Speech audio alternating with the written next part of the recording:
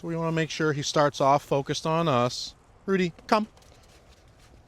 And at this point, like so this is a pretty like challenging environment, right? There's nowhere else you're going to go where there's potentially other dogs, a forklift, a buzzsaw.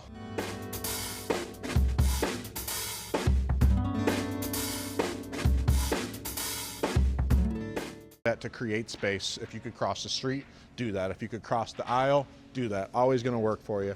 In some cases, you can't get space, right? So what do? Well, the whole country goes to the right, right? If I go to the right and you go to the right, touched your dog, right?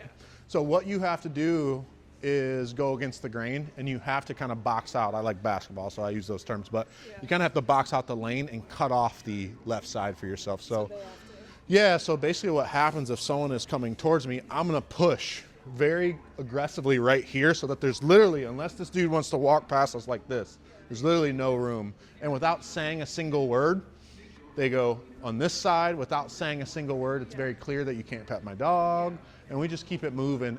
And from Rudy to you look like so, confident and sure.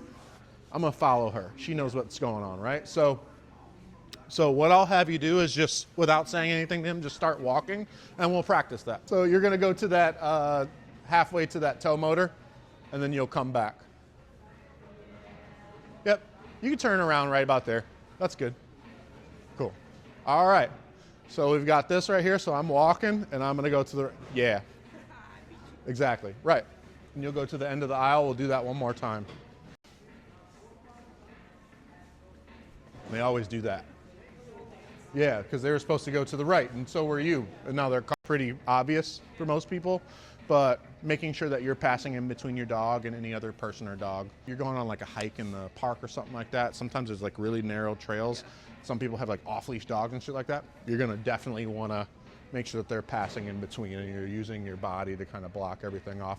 And then the very last step, every blue moon it happens, especially at places like this.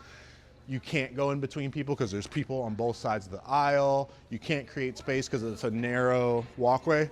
You just keep it pushing as fast as you can. Hurry up, right? So what I'll have you do is just kind of try to find some populated aisles now, starting with the center aisle, and just start to do that defensive driving for dogs. And this is a situation where you just hurry, right?